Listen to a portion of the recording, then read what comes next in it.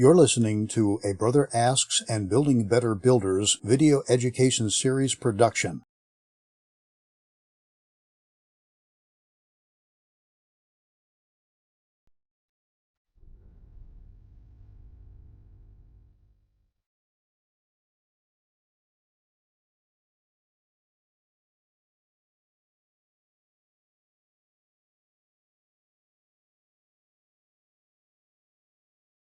My brothers, good evening, and welcome to the Craftsman Online Reading Room.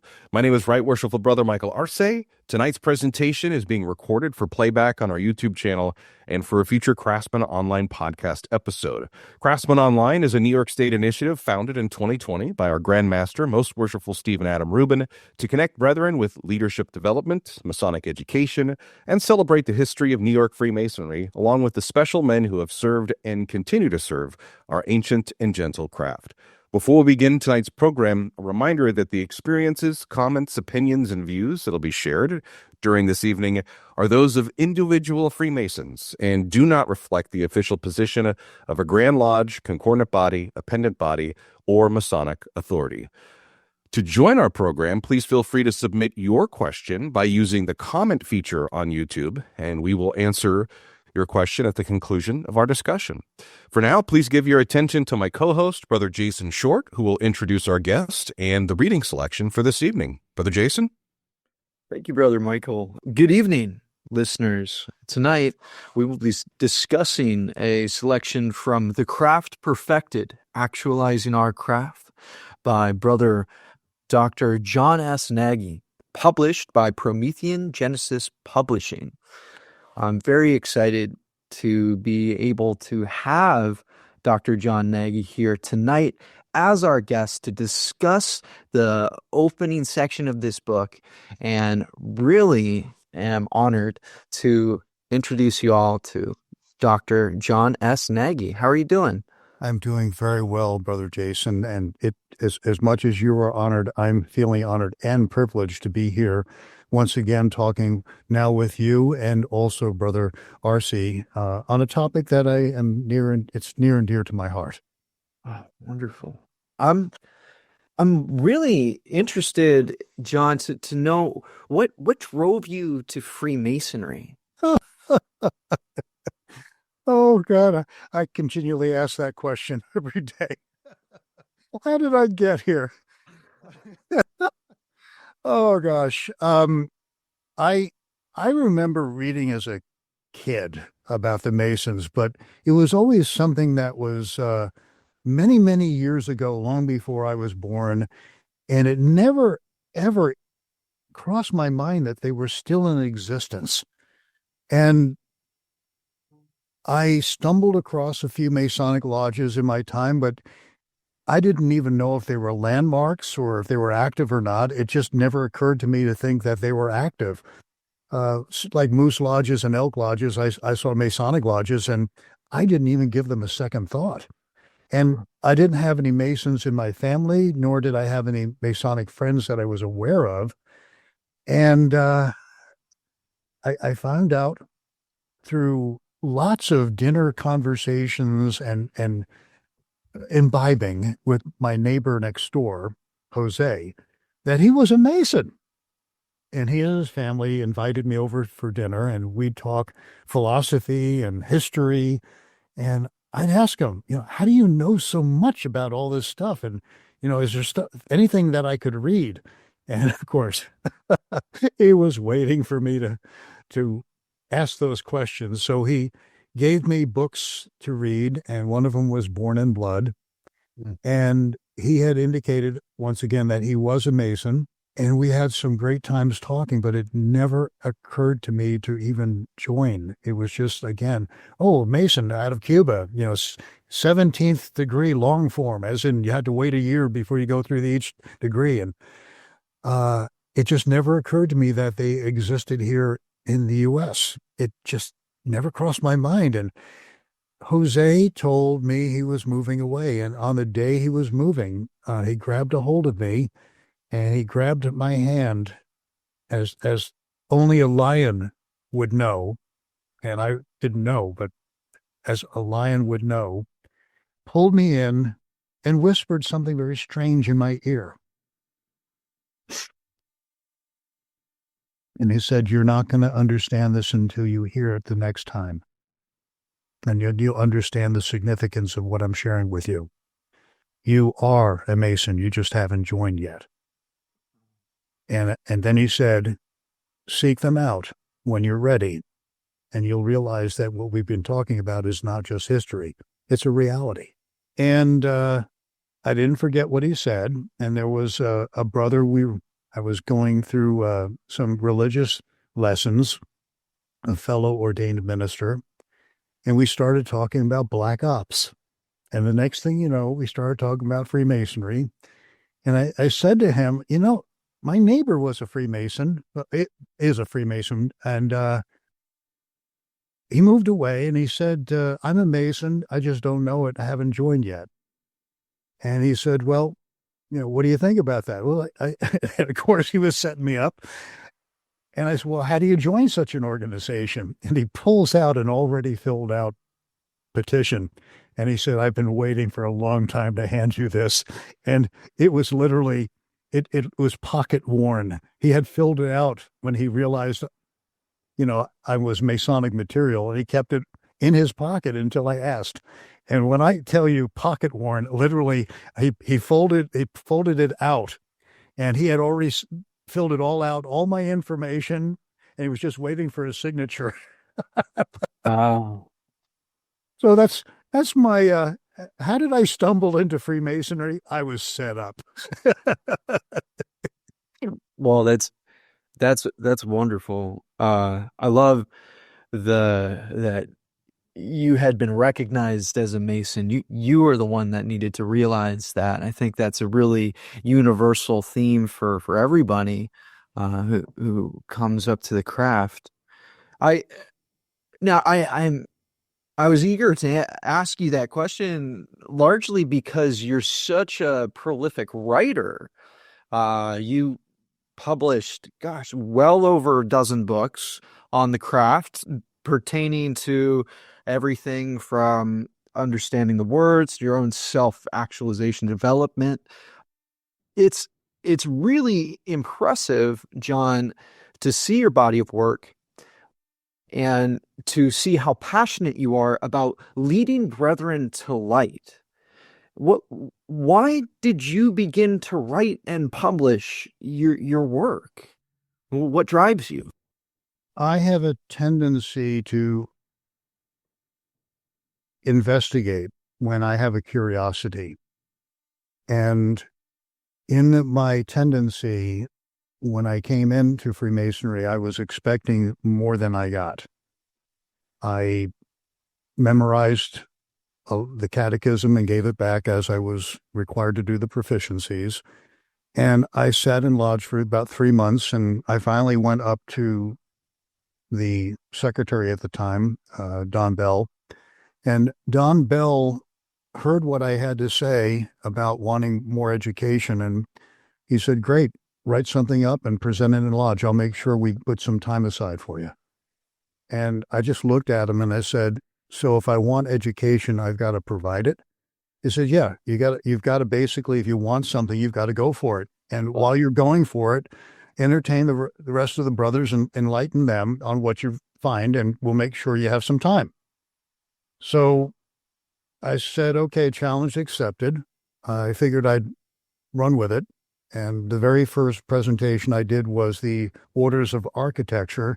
And a lot of that had to do with the fact that it made absolutely no sense to me whatsoever why we had the orders of architecture in the masonry, other than the fact they were made of stone. Why are they going into such detail about the differences between one column or pillar and another? And I said, "Well, is there a difference between a column and a pillar?" And then I went into that because I saw some people referring it to one versus the other. And as I investigated, I come to find that, and this was a mind-blowing experience. If you take a look at what each of these represent, these orders of architecture, you come to realize that it's a Masonic path. Now, let me entertain the notion in, words here. We come in as a Tuscan, the plainest and most simplest of pillars, unadorned. And there we will remain should we not do the work that is laid out before us in the 3 degrees. However, should we involve ourselves and engage in the work and work on our respective wisdom, strength, and beauty as represented by the 3 Greek pillars, and work on all 3 such that wisdom, strength, and beauty is now internalized, we thus become the composite masterful pillar. So from the 1 comes the 3, and then the 3 become unified by the 1. It is the 3 that we involve ourselves in at large, working on wisdom, beauty, and strength. And if we don't, we remain the Tuscan. However, if we internalize all the attributes that are within the 3 degrees in order to have internalized our wisdom, strength, and beauty, they become unified and become the masterful composite pillar. And you would think that I would have incorporated that in my first lecture on the orders of architecture, but quite honestly, it took me about 15 years to wake up to that reality hidden in plain sight. However, what got me involved? I had a curiosity, I had an itch to scratch, and as a result of doing the study on the orders of architecture, I recognized also that it is a brilliant example of differentiation. They're pillars, they're columns, however you want to define them, depending on where you are and where research you've done. And as you research them, you recognize that, well, you can refer to them as columns or pillars. However, if you want to differentiate between one and the other, you have to learn linguistic differentiation. And as a result of that linguistic differentiation, you start to recognize the differences between the pillars. And they are the introduction to the 7 liberal arts and sciences, which basically means you have to, once you get the example of the differences between the senses and the columns and the 3 steps that are preceding those 5 steps, you then get into the 7 steps and recognize each and every one of those have to be differentiated using language. What's the difference between grammar, rhetoric, and logic? What is the difference between math, geometry, music, and astronomy? What's the difference between the first 3 and the last 4? Well, the first 3 focus on symbols as words. The last 4 represent symbols as they appear as numbers. The first 3 represent what you have to learn in order to understand Scripture.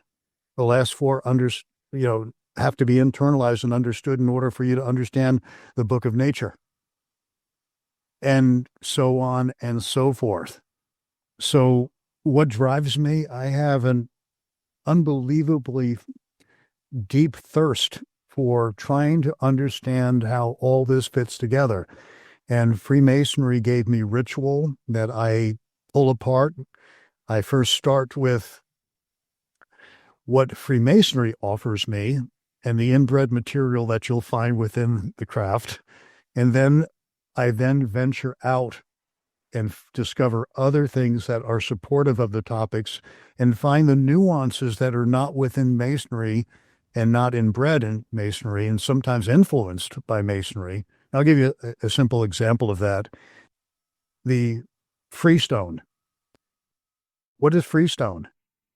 And you start going down that road of what freestone is, and if you do enough research, you recognize that a lot of what it is that Freemasonry put out there about freestone is not true, particularly if you take a look within the glossaries of stonecraft. And if you look at some of the literature, beautiful examples of how we within the craft understand things, because it's, again, inbred information. And when you go outside the craft, you start to get a much deeper understanding of the depth of what is being offered that is not being offered within the lodge itself. So I start with the craft offered materials first, And then I venture outside, and then I look at the etymology of words, and I look at scholarly works on what it is that I'm looking at, examining, and I find all sorts of beautiful gems. And I bring them back and I write about it. And I asked about what got me writing. I like to be really clear on what it is that I'm learning. And I learned very early on that if I write things down, I don't lose track. And if I write things down, I could take a look at what I wrote and say, is that clear enough? No, it's not. So I scratch it out and I rewrite it. And I may rewrite that puppy 100 times before I get it down to the nugget that I really want to communicate, which, if you are familiar with my writing, I'm concise and I don't mix words. And a lot of that has to do with the fact that what you're reading in that one sentence might have been 31 pages of research. And I'll give you one example of that. I did in building Hiram. I had one line that wine is not necessarily fermented. 31 pages. I found in research that there were 6 words in the Greek Bible, the Greek writings of the Bible, the New Testament. There's 6 different versions for wine. 2 are fermented, 2 are what is called fresh or unfermented wine, and 2 are fermented or not fermented, depending on the context of how it's used. How do I know that? 31 pages of research for that one line in the book. I hope that answers your question. I didn't meander too far. No, not at all. I think it's amazing that I can really relate to that, and learning by doing. I think a lot of brothers who come into the craft are elevating themselves when they take on a part in ritual and they have to dig just a little bit deeper. Once we approach the craft like that, it starts to become an adventure. Brother RC, do you have any questions? Yeah, it's so good to hear John's voice again, Brother John. I've missed chatting with you. And as you've talked, I've always appreciated his writing style and knowing his background with that engineering background and how he has a very critical and analytical and gets right into what we kind of miss in between the lines sometimes. And being able to go through the selection, and for those that are just listening to this reading room, if you're wondering, I didn't get a chance, you can still visit our website, CraftsmanOnline.com, click on the reading room page and get the selected materials from the Craft Perfected. In the chapter that we have to review tonight, you really get into the perfect ashlar. And as you said, one page is probably 33 of research that you put into it.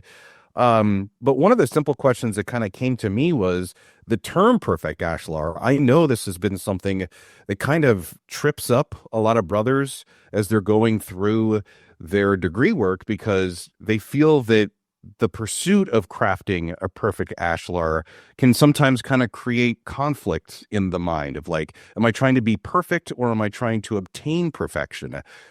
What's your definition, and what was the research that you found in that?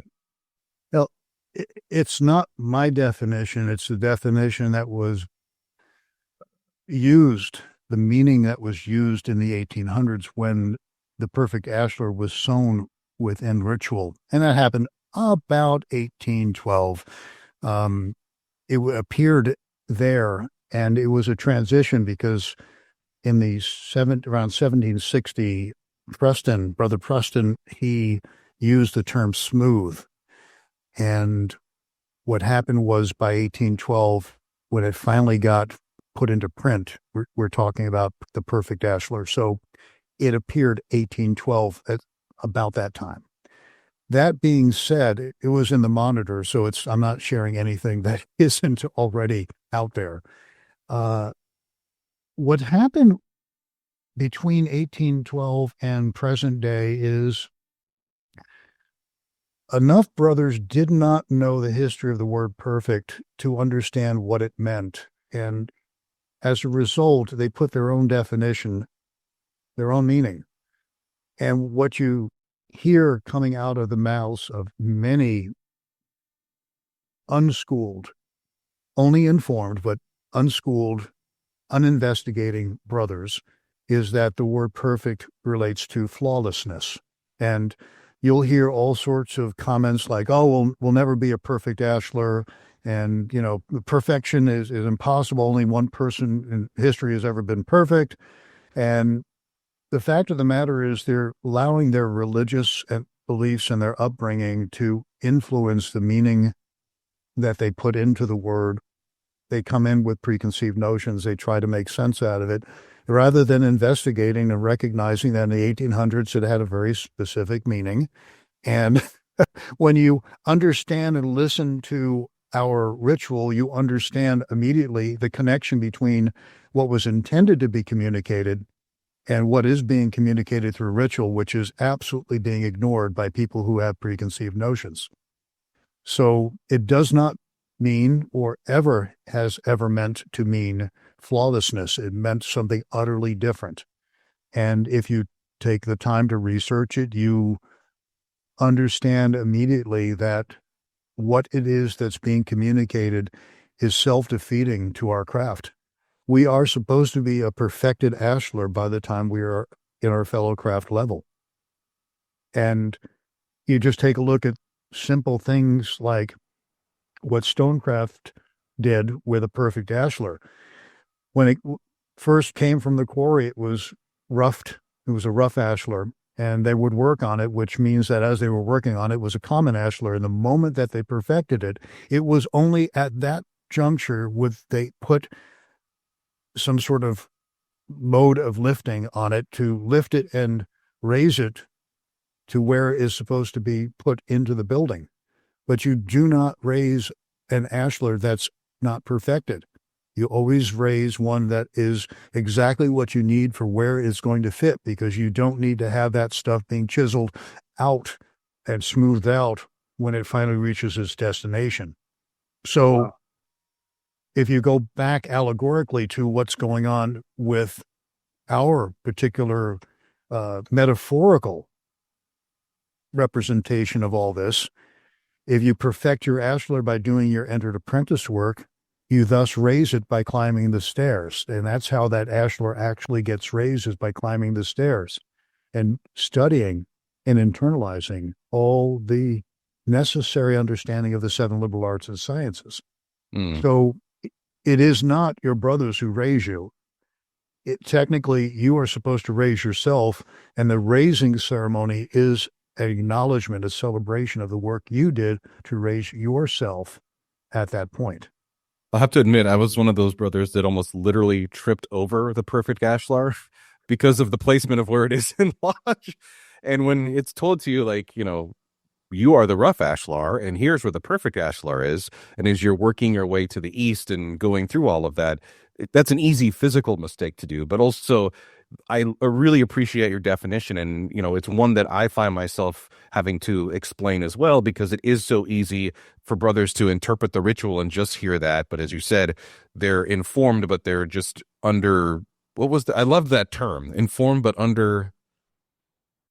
And there you have just revealed the actual definition, the meaning assigned to the word by our brothers in the 1800s. Informed. Mm-hmm. And to be informed, you have to go through the entered apprentice work and inform yourself as to the nature and direction that you have to take to get to the next level.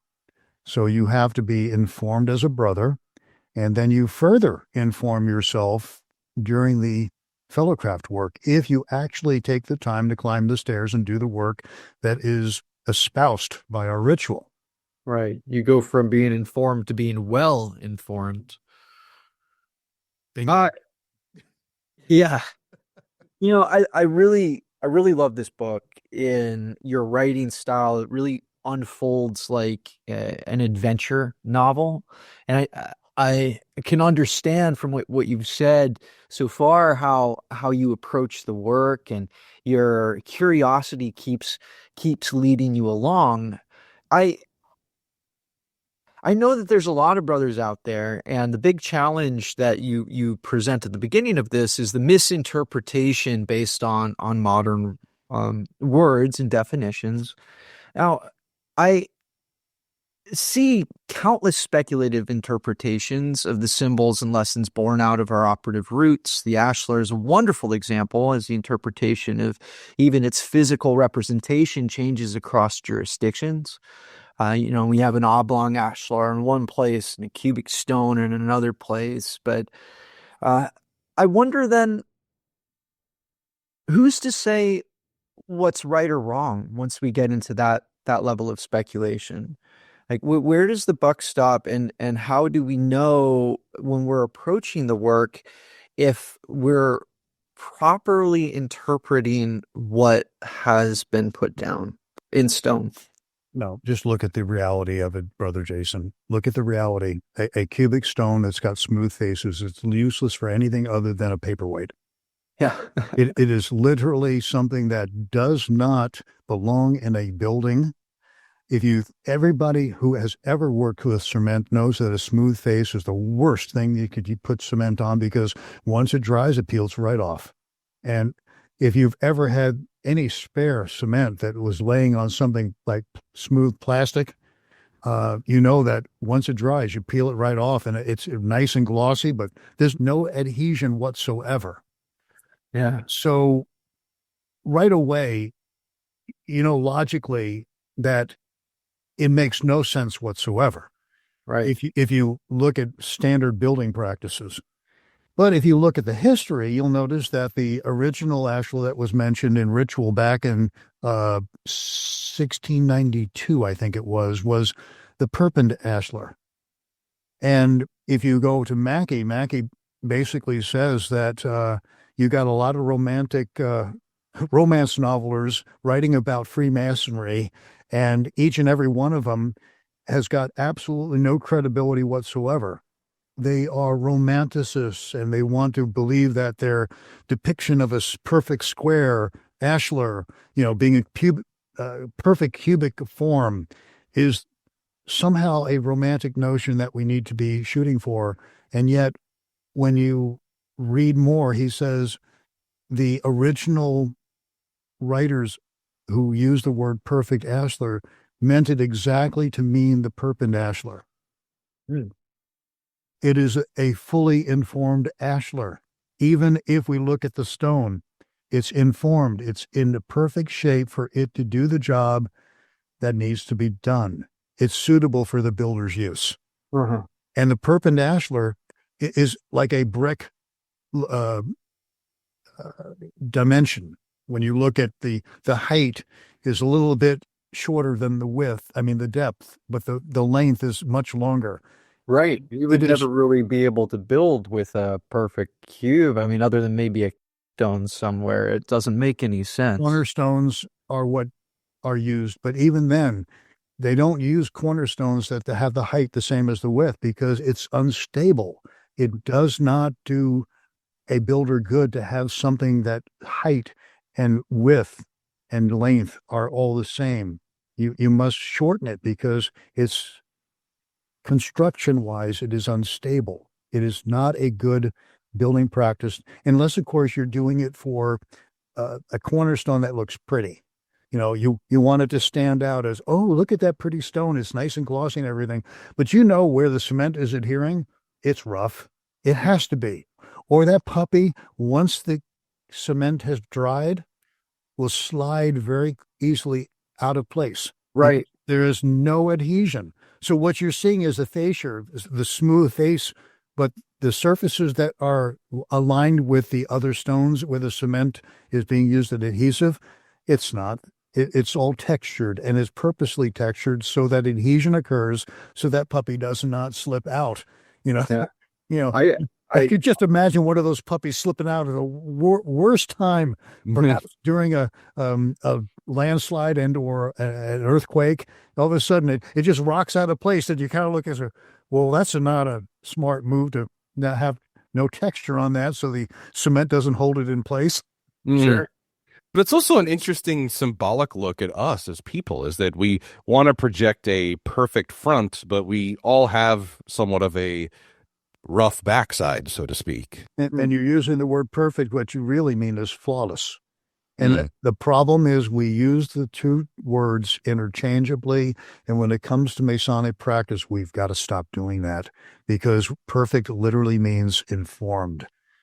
And if you look throughout our ritual, there are terms: inform the Tyler, inform the worshipful master, inform, you not yet being fully informed, your brother who is informed, will instruct you.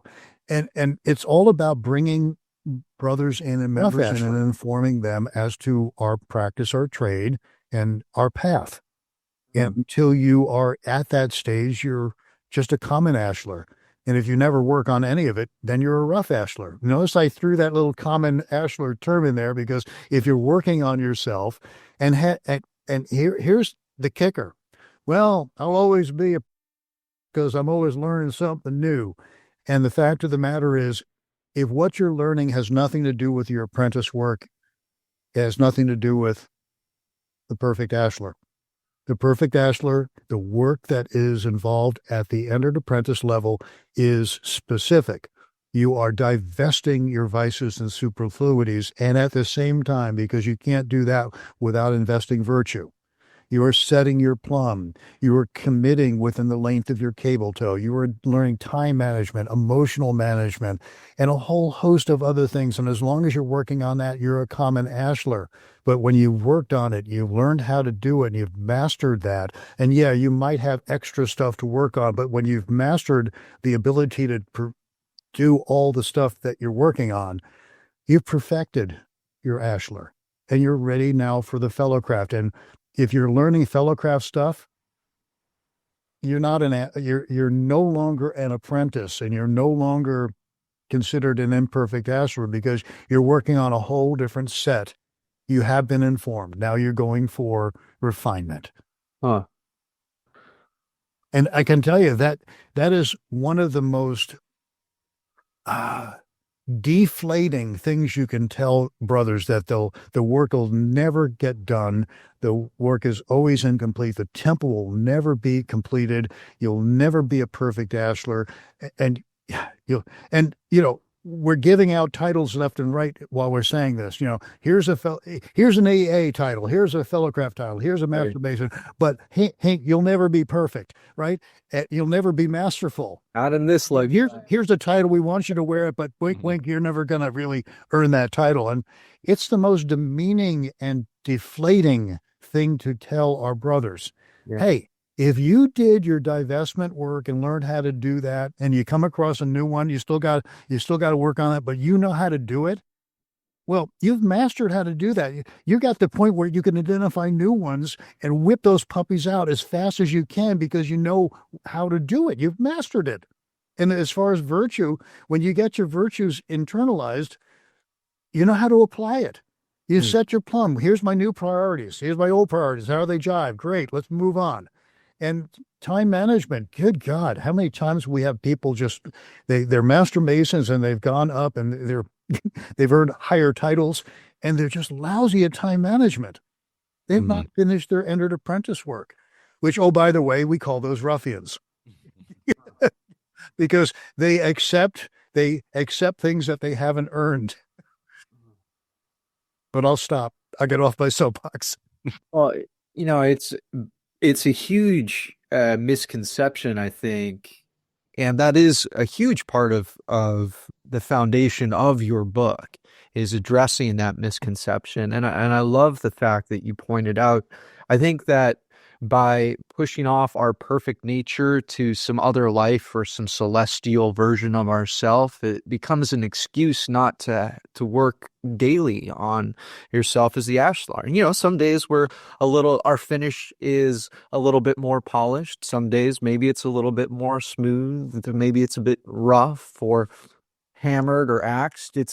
You have a section later in the book that talks about 20 different finishes and brings to my own mind that not every day has to be a polished surface, and that's okay when you're well informed and you can understand.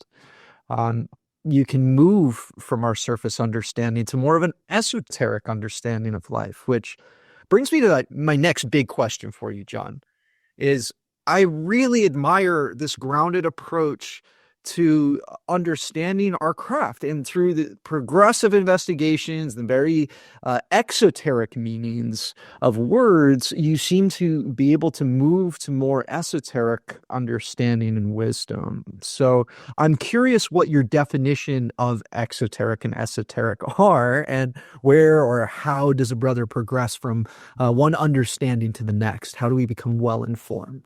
Well, I do an entire hour on the esoterica, etc. And I talk about the actual reasons for the word, where it comes from, how it was originally used, how it's used today. It's used throughout history, along with, okay, how do you know if you're participating in an esoteric or a pseudo-esoteric organization? And there's actually 5 levels, and we go through them with you. Very first level is you're informed. That's it. You have absolutely no understanding of what the information is that you were informed about, but you, if asked, you can say, hey, here's the information I was informed of. That's level 1. And by the way, I call these the guard dogs. They don't understand why. They don't understand. All they do is follow through and do exactly what they've been told because they've been informed that this is important. And you got the second level. Not only do you have the information, but you've been told why. Now, you may not understand why, but if anybody ever asks you, well, here's the information and here's why, the information is being provided. I don't understand why, but I have the why provided along with the information. The reasoning. Well, yeah, but it's not the understanding. Why do we salute? Oh, it's to honor the worshipful master. Why do we not go between the altar and the worshipful master? Why do we not cross that path? Well, because we were told that no one should get in, and cross that path, right? That's the reason why. It's sacred territory. And of course, then comes the usual jokes about laser-bearing sharks and quicksand and lava. But but if you understand why, you start to understand that the 3 great lights represents the work that a man should be doing, the relationships that a man has, and the law he should be abiding by. Those are the 3 great lights. The square literally is the work we do. The compass represents our relationships with our brothers and others. And the Holy Writ is the law we are abiding by. And no one in this world should come between you and your work, your relationships, and the law that you want to abide by. If you have anybody eclipse that, you should tell them, stop that. And you should in turn not do that to others. Now, by the way, welcome to level 3. You not only have the information, you understand why. You have the why, but you now understand. It's because it symbolically represents what we should not interfere with in other people's lives or allow other people to interfere with in our lives. Level 3, my brother.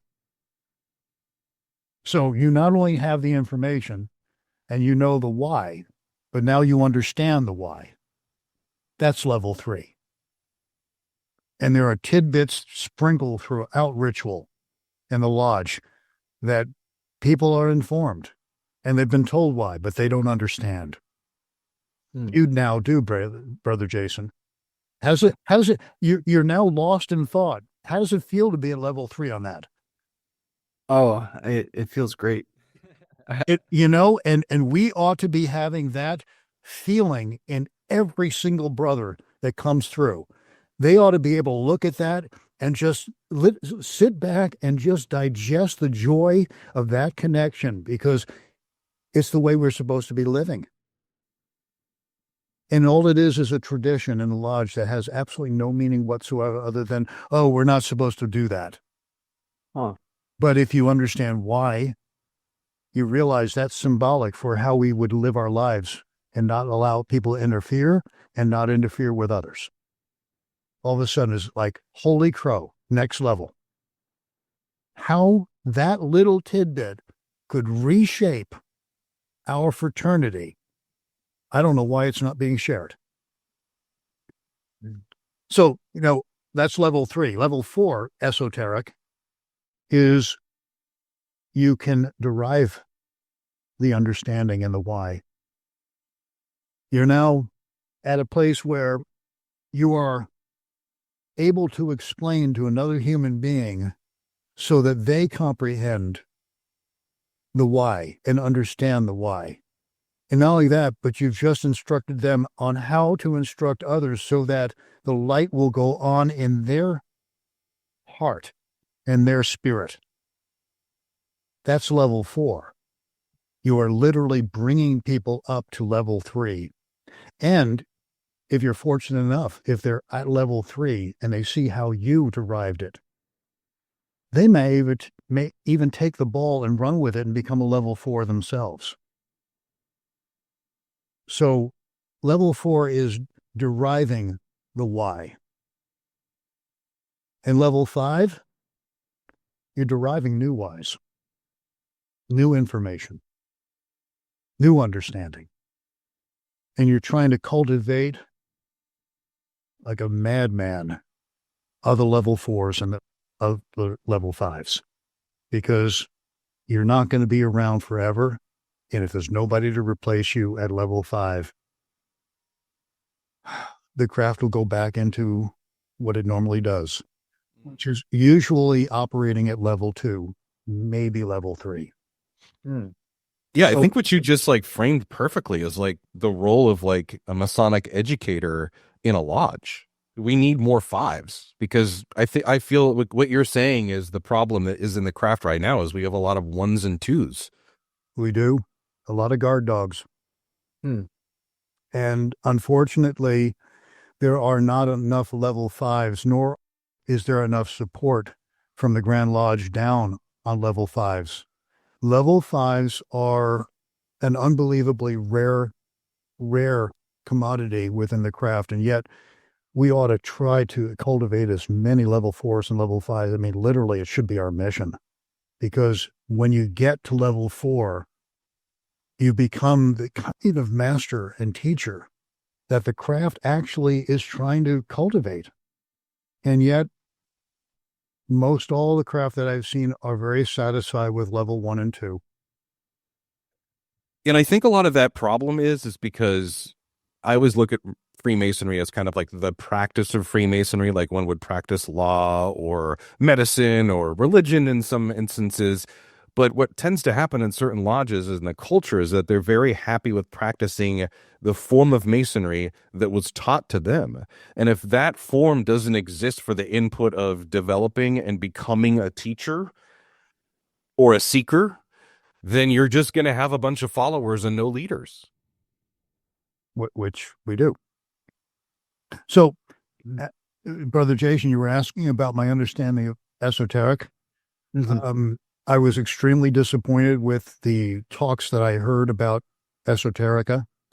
And when I started asking myself the question, okay, here's what they usually share. Here's the definition of the word. Here's a bunch of examples. And by the way, here's a bunch of organizations that practice esoteric stuff. Never did I ever hear them tear this baby apart and explain, here are the levels of esoteric practice. Here are the levels of understanding and how a person can recognize what organization is esoteric and how might they be practicing. And if an individual actually is an esoteric individual, how would you know how would you be able to evaluate their level of esoteric knowledge? Well, so what I did was I put together a PowerPoint for myself so I'd better understand it.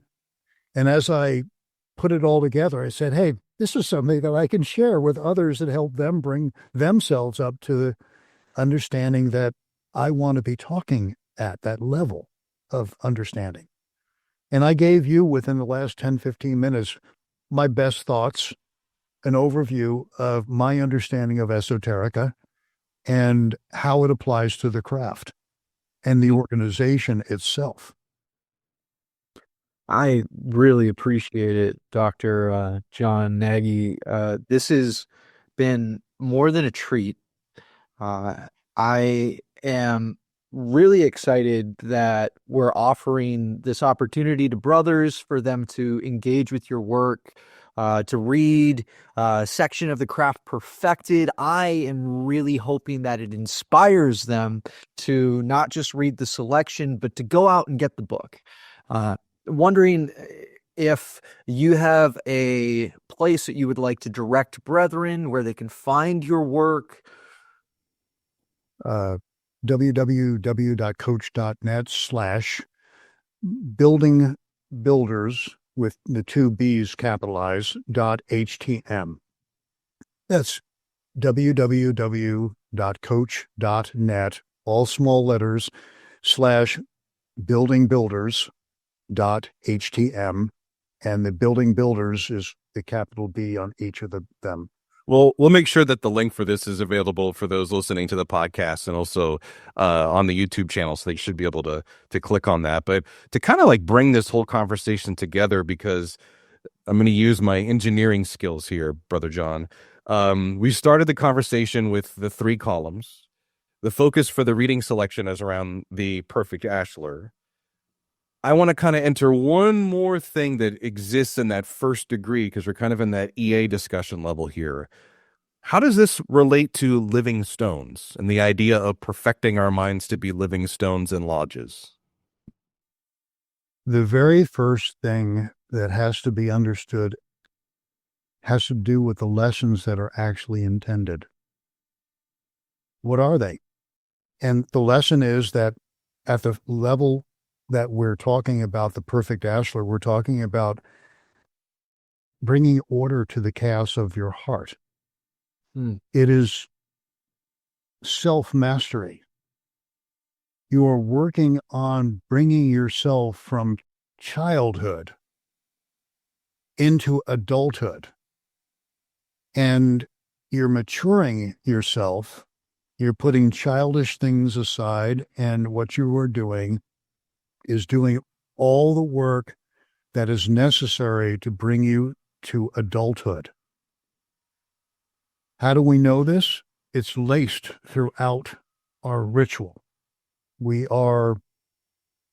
first 3 steps are emblematic of childhood, manhood, and age. Well, moving from the EA to fellowcraft is moving from childhood or youth to manhood, adulthood. And that lays the foundation for your temple. And it's really interesting because it's the first stage of your development. You must create a foundation, because the second stage is, now that you've brought order to the chaos of your heart, you now have to bring order to the chaos of your mind, your thinking, your head. And that's the fellowcraft work. You prepare to learn at the EA level, and it is learning how to learn at the fellowcraft level. And it's interesting, as you lay your foundation, you're not working with just one ashlar. We use the idiom of the perfect ashlar to denote the member.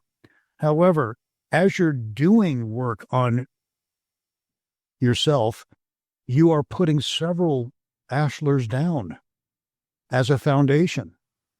One foundation is setting your plumb. The second foundation stone is having to do with vices and superfluities, divesting them. And you've got to do that in tandem with your virtue building.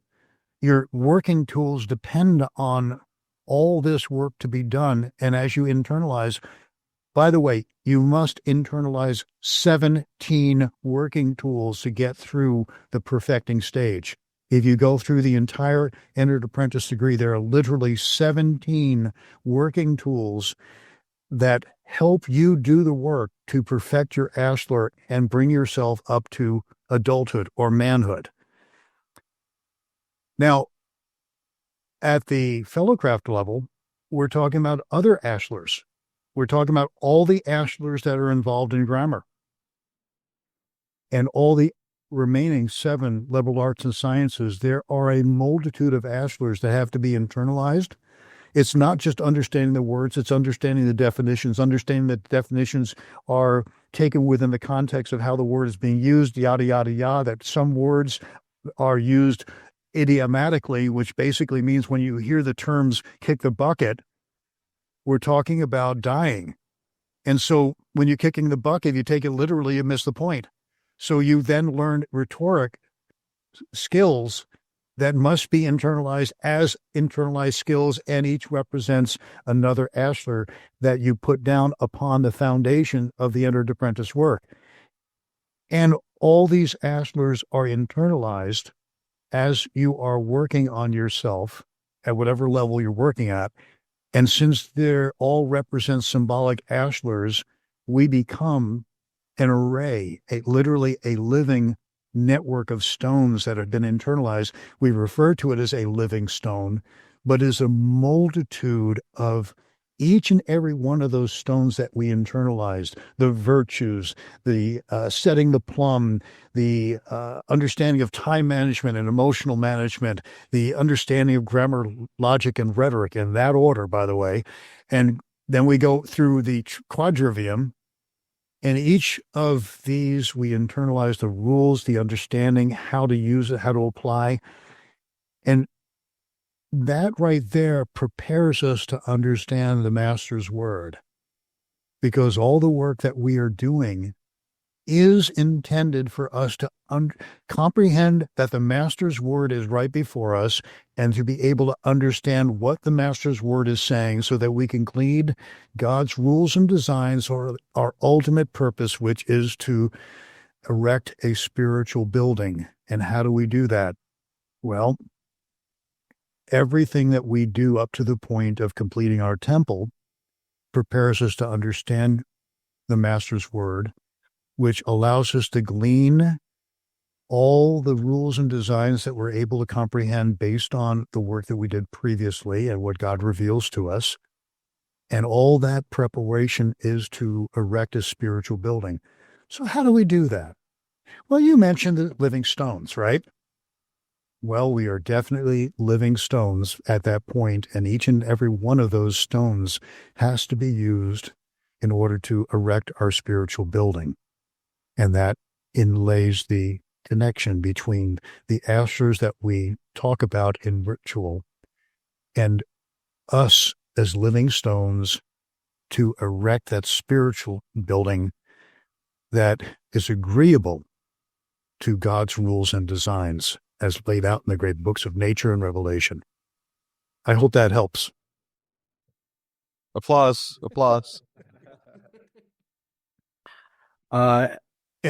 Jason, are you in well mode? Yeah, no, I again, I really appreciate your very grounded and logical approach to the craft. Have digested myriad different approaches to the craft, and sometimes they're really out there. And this is such a wonderful example of an interpretation of the work that we take on that is rooted in a presentation of the information that is supplied to each and every one of us. Thank you, Brother Jason. I'm going to interrupt you. Put a bookmark in that. You originally brought up the interpretation. And I want to address that because it's extremely important for our brothers to hear this. There is a statement that is made. There are infinite interpretations. And that's a truth. That's the truth. There are infinite. For every one you come up with, you can come up with 5 more until you run out of words and imagination. What is not being followed up and stated is that although there is an infinite set, there exists an infinite set of interpretations, there exists a finite set of interpretations that actually do apply and which are valid for what was intended by what was being communicated to be interpreted. That is a really wonderful way of putting it. I appreciate that, John. I appreciate that, brother.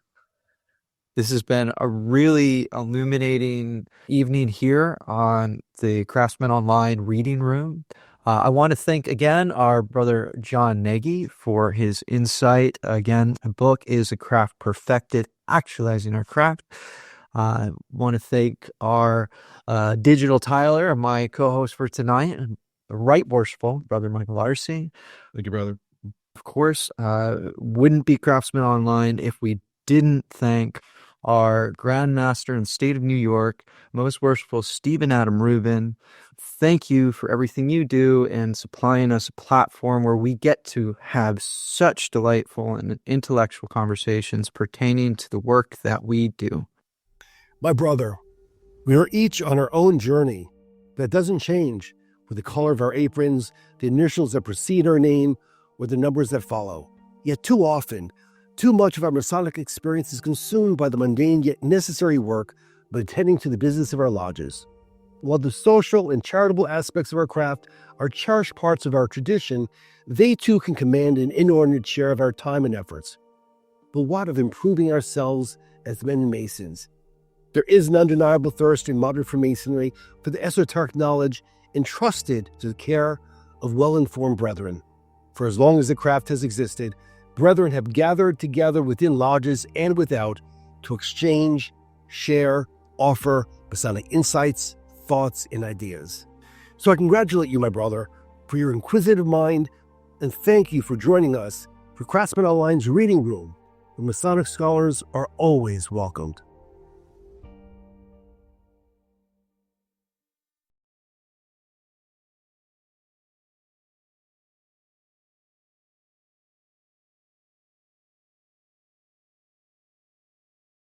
You've been listening to a Brother Asks and Building Better Builders video education series production.